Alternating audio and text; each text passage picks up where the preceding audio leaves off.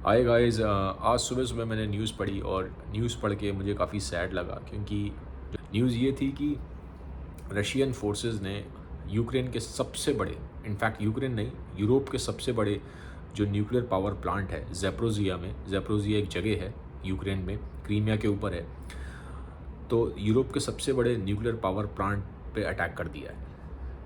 अब इस अटैक की वजह से पूरे यूरोप में काफ़ी, इनफैक्ट यूरोप में नहीं पूरी दुनिया में ही इस टाइम पे काफ़ी सनसनी मची हुई है। सनसनी जो मची है उसका रीज़न भी है, एक वैलिड रीज़न है।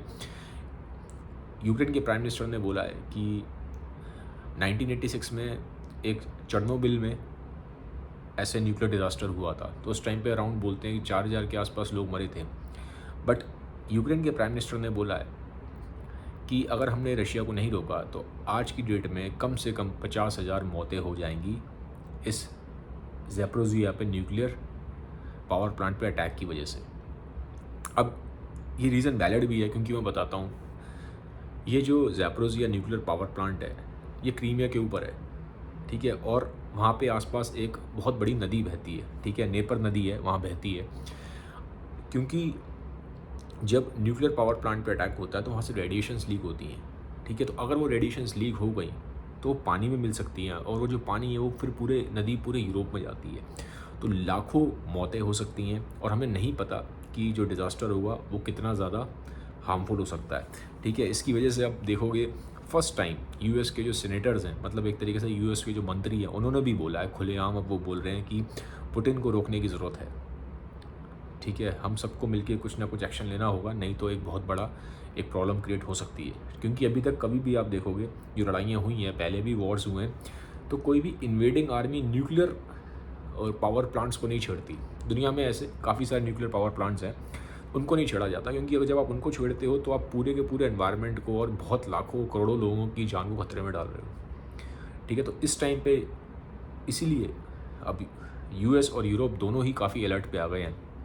और इनफैक्ट आप देखोगे अभी पुतिन ने ओपन लेटर में भी लिखा है उनको कि स्वीडन और जो फिनलैंड है, स्वीडन और फिनलैंड को बोला है कि आप भी अब नेटो ज्वाइन नहीं कर सकते। अगर आपने नेटो ज्वाइन किया स्वीडन और फिनलैंड ने, तो अगला अटैक हम आप पे करेंगे, ठीक है। अब स्वीडन और फिनलैंड ऑलरेडी इस टाइम पे डरे हुए हैं क्योंकि जो यूक्रेन का हाल हुआ है, अब इसको देख के वो अपने डिफेंस फोर्सेस को ज़्यादा स्ट्रॉन्ग करने पे बिलीव कर रहे हैं और साथ ही साथ वो कोशिश कर रहे हैं कि वो भी नेटो को ज्वाइन करे, ताकि अगर रशिया उन पे अटैक करता है स्वीडन या फिनलैंड पे, तो एटलीस्ट नेटो उनकी साइड आ जाएगा उनके डिफेंस में, ठीक है। तो अब ऑल ओवर एक पैनिक है। अगर आप वैसे भी देखोगे, खाली इसमें नहीं पूरे वर्ल्ड में, अगर मैं खाली यूरोप की नहीं, अगर आप वर्ल्ड में भी देखोगे तो इंडिया का भी आप देखोगे जो स्टॉक मार्केट है, शेयर मार्केट है, वो बिल्कुल डाउन जा रहा है, ठीक है। तो एक वाकई में एक मैं बोलूँगा सच में एक डरावनी स्थिति है।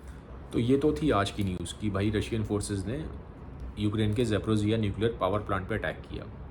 अब आज अब मैं आपको एक स्टोरी और सुनाता हूँ, वो भी एक न्यूक्लियर पावर प्लांट डिज़ास्टर की स्टोरी है, ठीक है। उस स्टोरी को समझने के लिए आपको थोड़ा सा हिस्टोरिकल कंटेक्स्ट समझना पड़ेगा और ये स्टोरी भी यूक्रेन की ही है, ठीक है। अब था क्या, ये बात है 1970s और 1980s की, मतलब मोटा मोटा बोलूँ तो 35 से 45 साल पुरानी बात है। उस टाइम पे क्या था कि यूएस और यूएसएसआर, ठीक है, उस टाइम रशिया नहीं था, उस टाइम यूएसएसआर था, जिसको सोवियत यूनियन भी बोला जाता है। तो उस टाइम यूएस में और सोवियत यूनियन में बड़ा ही आपस में हर टाइम लड़ाई चलती थी, कोल्ड वॉर था, ठीक है। जैसे कि अब कोल्ड वॉर हर चीज़ में था, जैसे कि रशिया वालों ने ऊपर एक अपना आदमी भेज दिया, यूरी गार्गिन, तो अमेरिका वालों ने बोला कि हम कैसे पीछे रह जाएं, तो हम भी अपना बंदा भेजते हैं। उन्होंने अपना फिर अमेरिका वालों ने अपना नील आर्मस्ट्रॉन्ग भेज दिया। तो किसी भी चीज़ में कोई पीछे नहीं रहना चाहता था, हर चीज़ में कंपटीशन करते थे कि तुम सैटेलाइट भेजोगे तो हम भी भेजेंगे सैटेलाइट, ठीक है, तुम टेक्नोलॉजी बनाओगे तो हम भी टेक्नोलॉजी बनाएंगे। अब वो क्या रहता, 1980s आते आते 1970s के एंड तक आते आते जो यूएस था ये टेक्नोलॉजी में बहुत आगे पहुंच गया, पैसा उसके बाद बहुत आ गया था और टेक्नोलॉजी ये में काफ़ी एडवांस करता जा रहा था, ठीक है। मॉडर्न लाइफस्टाइल, मॉडर्न सिटीज़, तो ये सब चीज़ों को देखते रशिया को लगने लगा यार कि मैं पैसों में पीछे रह रहा हूँ अमेरिका से, मेरे पास उतनी इकनॉमी नहीं है, हमारे जो शहर हैं वो उतने भी मॉडर्न नहीं हैं, वहाँ लाइफस्टाइल मॉडर्न नहीं है, ठीक है। तो रशिया ने यूएस से कम्पीट करने के लिए उनके जो शहर हैं उनसे कम्पीट करने के लिए, उनकी मॉडर्न लाइफस्टाइल से कम्पीट करने के लिए, जैसे कि मान लीजिए यूएस में शहर था न्यूयॉर्क, और यूएस में था सैन फ्रांसिस्को, कैलिफोर्निया। ये शहर बड़े डेवलप होते जा रहे थे, बहुत ज़्यादा एडवांस होते जा रहे थे। बट कंपैरेटिवली रशिया के शहर अभी भी वही पुराने, जैसे पुराने ठर्रों के शहर होते हैं उसी पे चलते जा रहे थे। तो रशिया वालों ने सोचा कि हम भी, उस टाइम सोवियत यूनियन था, रशिया नहीं था, सोवियत यूनियन वालों ने सोचा कि यार हम भी कुछ ना मॉडर्न सिटीज़ बनाएंगे, हम भी कुछ अपने लोगों को एक बड़ा ही कॉस्मोपॉलिटन टाइप का सिटी देंगे। तो सोवियत यूनियन ने उस टाइम पे यूक्रेन में एक शहर का निर्माण किया जिसका नाम था प्रिपियात। ठीक है, उसको बिल्ड किया एक नए सिटी को, प्रिपियात। अब ये सिटी जो था प्रिपियात, ये एकदम मॉडर्न था।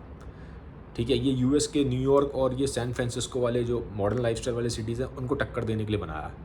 क्योंकि मैंने आपको बोला ना, ये आपस में हर चीज़ में टक्कर करते थे उस टाइम पे, हर चीज़ में सोवियत यूनियन और यूएस कंपैरिजन करते थे। तो उन्होंने कहा हम शहरों में कैसे पीछे रह जाएं, हम आपसे बढ़िया शहर बना के दिखाएंगे। तो उन्होंने यूक्रेन के पास एक शहर बनाया प्रिपियात। अब इस प्रिपियात शहर में उस टाइम पे 50,000 लोग रहते थे, और ये 50,000 लोग कोई नॉर्मल लोग नहीं थे। ये उस टाइम वर्ल्ड के बड़े बड़े साइंटिस्ट, बड़े ही टैलेंटेड लोग, ठीक है, बड़े ही गिफ्टेड लोग, सबको वहाँ पे लाके इन्होंने बोला कि आप लोग यहाँ पे आके रहो, हम आपको सारी मॉडर्न एमिनिटीज़ देंगे। और ये बात सच थी। उस शहर में 1980s के हिसाब से बहुत एडवांस शहर था, फ्यूचर का शहर था वो। ठीक है, मतलब बड़े बड़े पार्क, बड़े बड़े प्लेग्राउंड, बड़े बड़े मॉल, ठीक है, हाई टेक बिल्डिंग्स। तो उस टाइम के हिसाब से बड़ा ही एडवांस और बड़ा ही एक फ्यूचरिस्टिक शहर था, और वर्ल्ड का सारा टैलेंट उस सिटी में था जिसका नाम था प्रिपियात। 50,000 के आसपास वहाँ पे लोग रहते थे। अब उसी शहर से 2 किलोमीटर आगे एक शहर और था यूक्रेन में ही जिसका नाम था चेर्नोबिल। अब चेर्नोबिल में लगा था एक न्यूक्लियर पावर प्लांट। अब न्यूक्लियर पावर प्लांट से क्या होता था, एनर्जी बनती है। ठीक है ना भाई, न्यूक्लियर पावर होती है उसके पॉजिटिव फ़ायदे भी हैं, उसके नेगेटिव फ़ायदे भी हैं। पॉजिटिव फ़ायदे कैसे हैं कि न्यूक्लियर पावर से आप लाइट बना सकते हो, इलेक्ट्रिसिटी बना सकते हो, मेडिसिन में भी यूज़ होता है इसका। और अगर हम नेगेटिव इफेक्ट्स की बात करें तो फिर न्यूक्लियर बॉम्ब है ही है। तो वहाँ से वो इलेक्ट्रिसिटी बनाते थे न्यूक्लियर पावर प्लांट से, और जो शहर था प्रिपियात, उसमें जो बिजली आती थी वो उस न्यूक्लियर पावर प्लांट से आती थी। 2 से 3 किलोमीटर का फासला था उन दोनों शहरों में। अब हुआ क्या, 1983 से लेकर 1986 तक ये जो चेर्नोबिल पावर प्लांट था ये ठीक चलता रहा, बिजली सब ठीक मिलती रही प्रिपियात वालों को। लेकिन एक दिन क्या हुआ 1986 में, ठीक है, 3 साल ठीक चलने के बाद एक दिन जो एक ना, मैं बहुत टेक्निकल डिटेल्स में नहीं जाऊँगा, समझ लो एक रॉड होती है, जैसे जो न्यूक्लियर रिएक्टर है, जो न्यूक्लियर पावर प्लांट है, उसमें एक रॉड होती है, उस रॉड को गर्म करना पड़ता है। अब एक दिन वो रॉड बहुत ज़्यादा गर्म हो गई, एक्सेस में बहुत ज़्यादा हीट हो गई। तो अब उसको ठंडा करने के लिए उन्होंने पानी में डाला, साइंटिस्टों ने वहाँ पे जो काम कर रहे थे वहाँ पे। तो जैसे ही पानी में डाला तो बहुत ज़्यादा टेम्परेचर था, बहुत हाई टेम्परेचर था। तो बहुत हाई टेम्परेचर की किसी चीज़ को आप पानी में डालोगे तो पानी एकदम भाप बन जाता है। तो बहुत सारा पानी भाप बन गया। तो जब भाप बन के पानी ऊपर इकट्ठा हुआ, और ऑलरेडी न्यूक्लियर पावर प्लांट में पहले से गर्मी होती है, तो और जो भाप की हीट थी वो भी बहुत ज़्यादा थी। ठीक है, वो इतनी ज़्यादा थी कि जो छत थी उस न्यूक्लियर पावर प्लांट की, चेर्नोबिल की, उसको एकदम उसने प्रेशर से फाड़ दिया। जैसे प्रेशर कुकर होता है ना, प्रेशर बढ़ाते जाओ, तो एक टाइम ऐसा आएगा अगर हमने प्रेशर को कंट्रोल नहीं किया तो जो प्रेशर कुकर है फट जाएगा। तो ऐसे ही उसकी जो छत थी चेर्नोबिल न्यूक्लियर पावर प्लांट की एकदम फट गई, धूम करके फटी। ठीक है, तो ब्लास्ट हो गया। अब ब्लास्ट हुआ तो पूरी जो रेडिएशन थी वो हर जगह आसपास फैल गई। अब इमीडिएटली 50-60 लोग तो इमीडिएटली मर गए। ठीक है, अब बहुत दूर लोगों ने देखा भी, ये ब्लास्ट हुआ, एकदम बिजली निकली, एकदम पूरी रोशनी, लोगों को समझ में नहीं आया हुआ क्या। ठीक है, तो 50-60 लोग तो जो इमीडिएटली वहाँ पे थे न्यूक्लियर पावर प्लांट में, वो तो मर गए। अब आसपास एनवायरनमेंट पे भी असर पड़ता है उसका, रेडिएशन का। जितने भी पेड़ थे, एनिमल्स थे, बिल्कुल सब सुनसान हो गया, एकदम खंडर बंजार हो गया। ठीक है, फिर अब आग लग गई थी वहाँ पे, तो वहाँ पे आए फायर फाइटर्स जो आग बुझाने वाले होते हैं। उनको लगा कि चलो यार आग बुझा लेंगे। उनको भी नहीं पता था रेडिएशन के बारे में, क्योंकि इस तरह का जो इंसिडेंट है न्यूक्लियर पावर प्लांट का डिज़ास्टर, ये फर्स्ट टाइम हुआ था हिस्ट्री में। तो अभी पता नहीं था हमें कि क्या हो सकता है। और रेडिएशंस ऐसी होती हैं कि आपको दिखती थोड़ी ना रेडिएशंस, ठीक है, सिर्फ आप फील कर सकते हो। तो ये फायर फाइटर्स वहाँ पहुँच गए, तो इन्होंने आग बुझानी शुरू करी। तो उस टाइम तो कुछ नहीं हुआ, लेकिन कुछ दिनों बाद बहुत ज़्यादा उनकी जो कंडीशन थी बहुत ज़्यादा ख़राब हो गई। ठीक है, मतलब देखने लायक भी नहीं रह गई थी, क्योंकि जिनकी खाल थी ना, खाल, वो पूरी की पूरी खाल उखड़ गई। पूरी की पूरी खाल उखड़ रही है, सोचो आप, पूरे चेहरे की खाल उखड़ रही है, मेरे हाथों की खाल उखड़ रही है, पूरी स्किन उखड़ गई थी यार। ठीक है, बुरी हालत हो गई थी, लंग्स का साइज़ बढ़ गया, ऑर्गन्स के जो साइज़ होते हैं, ठीक है, पूरे फेफड़े का साइज़ बढ़ गया, पूरा जो अंदर ऑर्गन्स है उनका साइज़ बढ़ गया, पूरा शरीर जो है फूलना स्टार्ट हो गया। तो बहुत ही भयानक और बहुत ही डरावनी स्थिति हो गई थी। मतलब बंदा जो मर भी रहा था तो बहुत ही पेनफुल डेथ हुई। ठीक है, तो ऐसा माना जाता है कि आज की डेट में अराउंड ऑलमोस्ट 5,000 के आसपास लोगों की डेथ हो चुकी है उस चेरनोबिल डिज़ास्टर की वजह से। ये तो अभी ऑफिशियल नंबर्स हैं, आगे पता नहीं कितने एग्जैक्टली कितना होगा। ठीक है, क्योंकि अब डेथ होती कैसे, क्योंकि जब रेडिएशन निकलता है ना हवा में, पानी में, सब जगह मिल जाता है, और वो जो रेडिएशन है वो आपका डीएनए डैमेज कर देता है।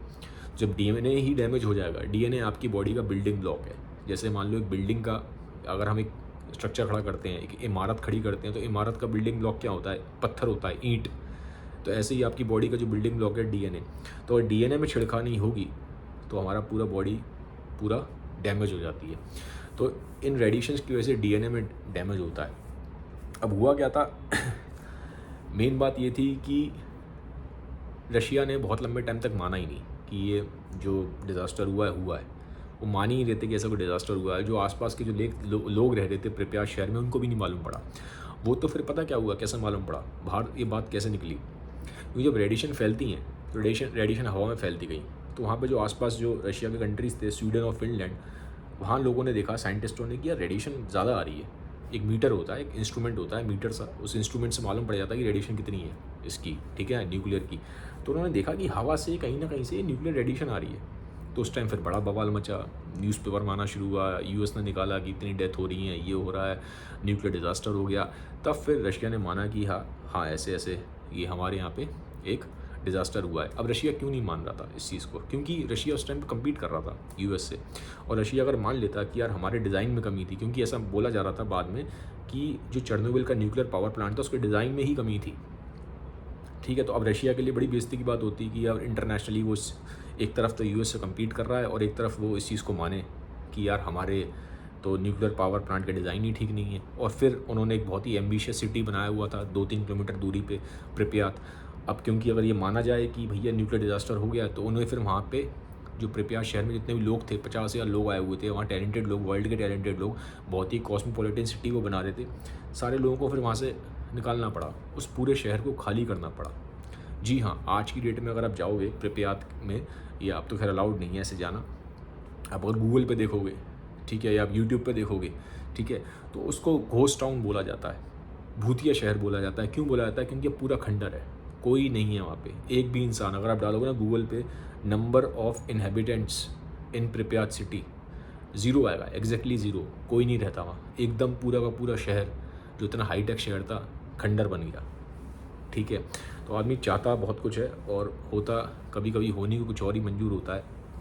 बट आज की डेट में बोलूँ तो अब थोड़ा सा वो टूरिस्ट स्पॉट बन गया, क्योंकि लोगों को बड़ा एक्साइटमेंट भी आता है कि भैया न्यूक्लियर डिज़ास्टर हुआ था, देखने जाएंगे। तो कई टूरिस्ट जाते हैं उस जगह पे देखने के लिए, बट सेफ़ नहीं है, क्योंकि आपको नहीं पता वहाँ पे रेडिएशंस है।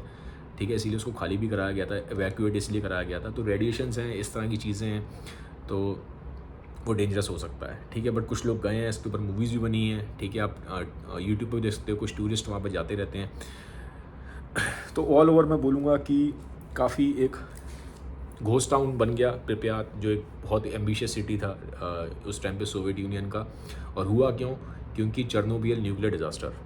ठीक है, अब इसको अगर हम करंट न्यूज़ से कंपेयर करें तो जो यूक्रेन में अभी जो मैंने आपको बताया, रशियन फोर्सेस ने जो ज़ैपोरिज़िया न्यूक्लियर पावर प्लांट है जो उस पर अटैक किया है, तो बोला जाता है कि अगर वहाँ से अगर कोई न्यूक्लियर रेडिएशन लीक हो जाती है तो बहुत बड़ी कैजुअलिटी कॉज होगी। 40 से 50,000 के आसपास बोल रहे हैं डेथ हो जाएंगी। ठीक है, क्योंकि जो न्यूक्लियर रेडिएशन है ना, इसके साथ होता क्या है, ये आपको ऐसे दिखाई नहीं पड़ती कि रेडिएशन निकल रही है, बट इसके कॉन्सिक्वेंसेस आने वाली जो पीढ़ियाँ होती हैं, आने वाली पीढ़ियों पर असर रहता है। इनफैक्ट जो चेरनोबिल न्यूक्लियर पावर प्लांट भी जो था ना, उसका जो न्यूक्लियर रिएक्टर था, 4 के आसपास उसमें न्यूक्लियर रिएक्टर थे, तो वो जो रेडिएशंस थी वो निकली जा रही थी। तो पता है फिर उन रेडिएशन को दबाया कैसे गया? हेलीकॉप्टर से, प्लेन से, ऊपर से मिट्टी डाली गई, उसके ऊपर रेत डाली गई थी, रेत। ठीक है, तो मिट्टी डाल के उसको वहाँ पे, उसको जो वहाँ रेडिएशंस निकल रही थी उसको दबाया गया, न्यूक्लियर रिएक्टर को वहाँ पे शांत करा गया। पहले डाली उन्होंने 1500 टन के आसपास मिट्टी, 1 टन में 1000 होता है किलो, ठीक है। तो 1500 divide multiply by 1500 multiply by 1000 kilo, इतनी मिट्टी डाली गई उस न्यूक्लियर रिएक्टर के ऊपर, चेर्नोबिल के ऊपर, उसको शांत करने के लिए रेडिएशन को। बट साइंटिस्टों ने बोला है क्या कर रहे हो, ये तो ऐसा हो गया जैसे हाथी को आप पैर मार रहे हो, कुछ नहीं होगा उससे, ठीक है। तो 1500 से कुछ नहीं हुआ, फिर कितनी उससे कहीं गुना ज़्यादा, ठीक है।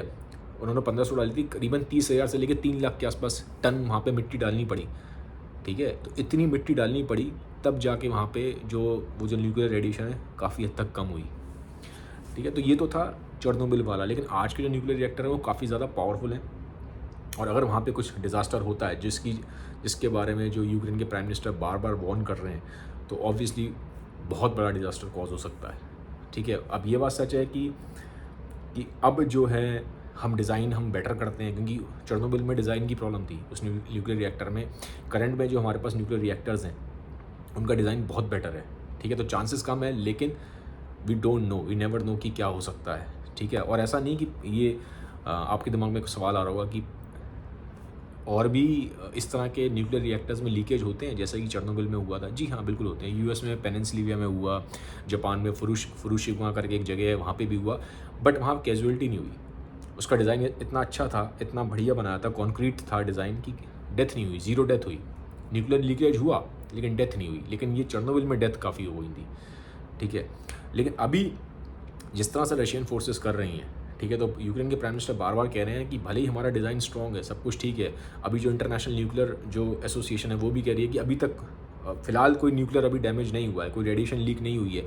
लेकिन अगर इसी तरह से रशियन फोर्सेस बॉम्बार्डमेंट करती रहीं तो वी नेवर नो, हो सकता है कि न्यूक्लियर लीकेज हो जाए। और अगर न्यूक्लियर लीकेज हो गया तो पास में भैया नेपर रिवर भी बहती है, उस अगर रिवर में मिल गया तो हम नहीं जानते कि आगे जो रिस्क है वो कितना ज़्यादा होगा, क्योंकि वो रिवर फिर आगे यूरोप में जाती है, अलग अलग कंट्रीज़ में जाती है, तो वहाँ पे और हवा में जो एनवायरनमेंट में रेडिएशन आएगा तो उसकी वजह से पता नहीं कितना ह्यूज डिज़ास्टर हो सकता है। तो यार प्रे यही है, आशा यही है कि इस तरह के डिज़ास्टर्स ना हो और किसी तरह से ये जो वॉर है जो दुनिया में इस टाइम पे एक भयानक कंडीशन छाई हुई है वो किसी भी तरीके से ख़त्म हो जाए बातचीत के द्वारा, क्योंकि पीस के अलावा हमारे पास कोई भी बेस्ट ऑप्शन नहीं है, ठीक है। तो गाइज़ ये था आज का वीडियो।